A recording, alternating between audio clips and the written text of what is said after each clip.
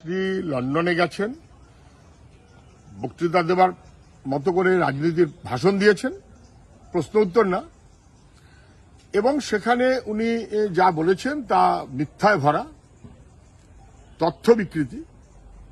কি বলেছেন উনিই জানেন। তবে ভারতবর্ষের অর্থনীতি নিয়ে উনি যা বলেছেন উনি বলতে পারেন কিনা আমার মনে হয় নিশ্চয়ই বলতে পারেন, যা মনে হয়েছে বলতেই পারেন। একটু গন্ডগোল আছে তো বটেই, আমি মানি না, এই মানা না মানার কারোর অধিকার নয়। বিশ্বাস করেন না, তথ্যটা ভুল, এ কথাটা উনি বলতেই পারতেন যে এই তথ্যটা সবটা এখনো পর্যন্ত মিলছে না, এবং আমাদের দেশের অর্থনীতি যেখানে গিয়ে পৌঁছচ্ছে, জিনিসের দাম, টাকার দাম যেখানে নামছে, সব মিলিয়ে যা কেন্দ্রীয় সরকার বলছে তার সবটা বাস্তব অনুযায়ী বলছে না, এটা বলতেই পারেন, এর মধ্যে কোনো দোষ নেই।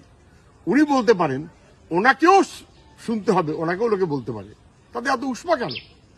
উনি যেটা বেঠিক কাজ করেছেন সেটা হচ্ছে 190 বছরের ব্রিটিশ শাসন আমরা দেখেছি, এবং যেন জিভ দিয়ে জল বেরোচ্ছে তাদের আবাহন করছেন এমন মনোভাবে, যেখানে ব্রিটিশের বন্দনা হয়, যেখানে ভারতবর্ষের স্বাধীনতা সংগ্রামীদের অবজ্ঞা করা হয়, অসম্মান করা হয়, এবং সেটা সাভারকারের দালালি হয়।